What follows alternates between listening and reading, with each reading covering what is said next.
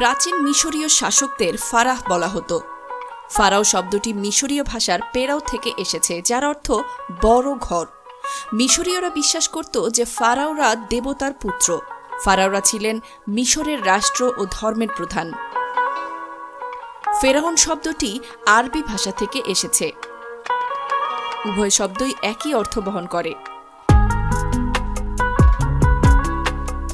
ফেরাউন শব্দটি বাংলা ভাষায় বেশি প্রচলিত।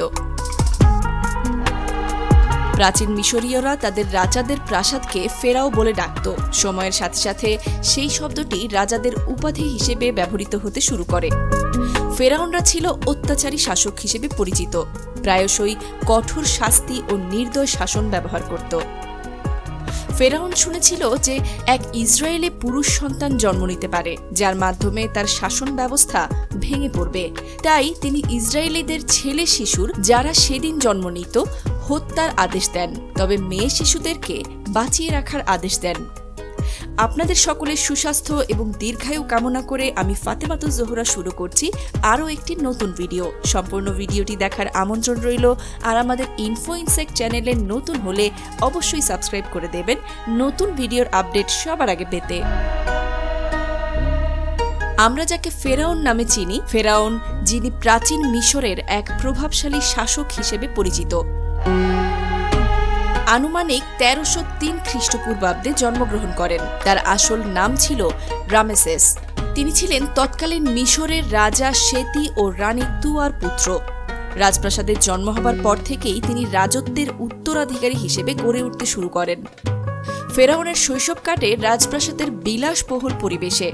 ছোটবেলায় তিনি শাসন ও যুদ্ধ কৌশল, ধর্মীয় আচার অনুষ্ঠান এবং বিভিন্ন ভাষা শেখেন। রাজপ্রাসাদের শিক্ষকদের কাছ থেকে প্রাপ্ত এই শিক্ষা তাকে ভবিষ্যতে একজন দক্ষ শাসক হতে সাহায্য করে। যখন তার পিতা মৃত্যুবরণ করেন, রামেসেস সিংহাসনে আরোহণ করেন। বাবার পর তিনি মিশরের ফেরাউনের দায়িত্ব গ্রহণ করেন। সিংহাসনে বসার পর থেকেই তিনি তার শাসনকালের সূচনা করেন, যা পরবর্তীকালে প্রাচীন মিশরের ইতিহাসে অন্যতম স্বর্ণযুগ হিসেবে পরিচিত হয়। ফেরাউনের শাসনকাল ছিল মিশরের জন্য একটি গুরুত্বপূর্ণ সময়। তিনি বিশাল সামরিক শক্তি গড়ে তোলেন এবং তার সাম্রাজ্যকে বিস্তৃত করেন। তার শাসনামলে অসংখ্য মন্দির, স্মৃতিস্থল এবং পিরামিড নির্মিত হয়। তার অন্যতম বিখ্যাত নির্মাণ হল আবু সিম্বেল মন্দির। তিনি নিজেকে দেবতা হিসেবে প্রচার করতেন এবং প্রজাদের ওপর কঠোর শাসন আরোপ করতেন। ঠিক সেই সময়টাতেই হযরত মুসা আলাইহিওয়াসাল্লাম জন্মগ্রহণ করেন।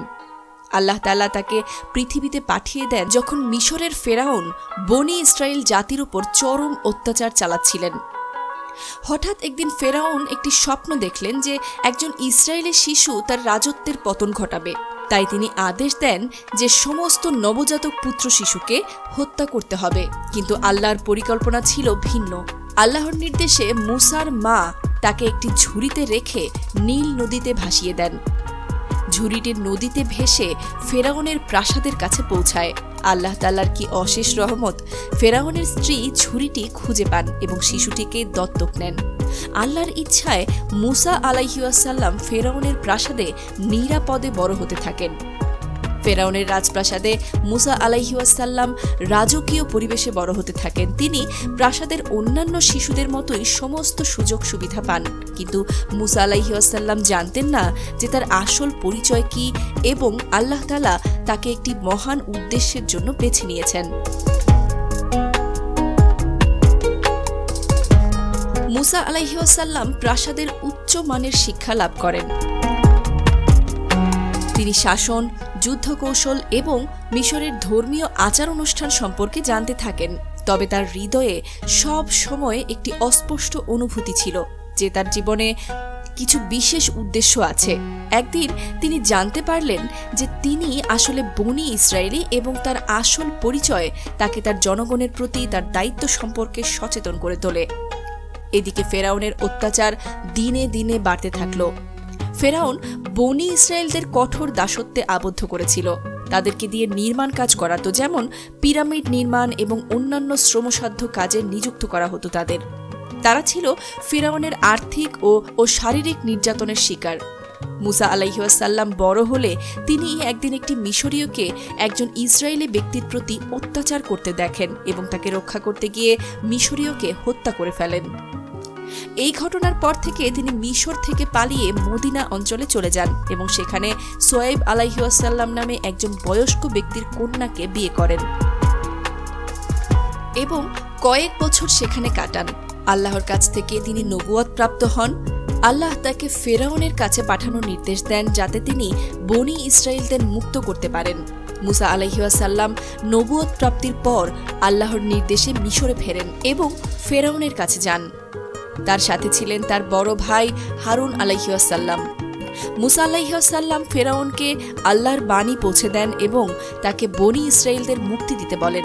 সেই মুহূর্তে ফেরাউন তাকে বলেন, আল্লাহ যদি এতই শক্তিশালী হয় তাহলে তুমি তার পক্ষ থেকে কিছু নমুনা দেখাও। মুসা আলাইহিওয়াসাল্লাম আল্লাহর পক্ষ থেকে কিছু অলৌকিক ক্ষমতা প্রদর্শন করেন, যেমন তার লাঠি সাপ হয়ে যাওয়া, হাতের রং পরিবর্তন ইত্যাদি। ফেরাউন এবং তার জাদুকররা এগুলোর সাথে প্রতিযোগিতা করতে ব্যর্থ হয়। ফেরাউন এগুলো দেখার পরেও মুসা আলাইহিওয়াসাল্লামকে মেনে নিতে অস্বীকার করেন। ফেরাউনের জাদুকররা তাদের জাদু প্রদর্শন করে প্রতিযোগিতা করতে চায়, কিন্তু মুসা আলাইহিওয়াসাল্লামের মাজেজা আল্লাহর সত্য ক্ষমতার প্রমাণ ছিল এবং জাদুকররা পরাজিত হয়। তারা মুসা আলাইহিওয়াসাল্লামের প্রতি ঈমান আনে, কিন্তু ফেরাউন তাদেরকে শাস্তি দেয়। অবশেষে ফেরাউন ও তার জনগণ আল্লাহর বিভিন্ন শাস্তির সম্মুখীন হয়, যেমন পানি রক্তে পরিণত হওয়া, ব্যাঙের উৎপত্তি, উকুন, মাছি, শিলাবৃষ্টি, পঙ্গপাল, অন্ধকার এবং শেষ পর্যন্ত সন্তানদের মৃত্যু। অবশেষে ফেরাউন মুসা আলাইহিওয়াসাল্লামকে বলেন, তোমার আল্লাহ তাআলার কাছে আমাদের জন্য দোয়া করো এবং মিশর ত্যাগ করো। আসলে এটা বলার মধ্যে ছিল ফেরাউনের অনেক বড় একটা চক্রান্ত। এরপর মুসা আলাইহিওয়াসাল্লাম আল্লাহর আদেশে বনি ইসরায়েলদের নিয়ে মিশর ত্যাগ করেন। ফেরাউন তার সৈন্যদের নিয়ে তাদেরকে হত্যা করার জন্য মুসার পেছনে তাড়া করে। ফেরাউন তাদের অনুসরণ করতে করতে লোহিত সাগর পর্যন্ত পৌঁছায়। সেই মুহূর্তে মুসা আলাইহিওয়াসাল্লাম আল্লাহর কাছে শক্তি প্রার্থনা করেন। আল্লাহ তাআলার অলৌকিক শক্তিতে সমুদ্রে লাঠি দিয়ে আঘাত করলে সমুদ্র দ্বিখণ্ডিত হয় এবং বনি ইসরায়েল নিরাপদে পার হয়ে যায়। ফেরাউন ও তার সেনাবাহিনী সমুদ্রের মধ্যে প্রবেশ করলে সমুদ্রের জল একত্রিত হয়ে তাদের ডুবিয়ে দেয়। এভাবে ফেরাউনের অহংকার এবং অত্যাচারের শেষ হয়। ফেরাউনের অহংকার এবং অত্যাচার তার নিজের পতন ডেকে আনে। আশা করি এই ভিডিওটি আপনাদের ভালো লেগেছে। আরও এমন তথ্যবহুল ভিডিও পেতে আমাদের চ্যানেলকে সাবস্ক্রাইব করতে ভুলবেন না। ধন্যবাদ এবং পরবর্তী ভিডিওতে আবার দেখা হবে।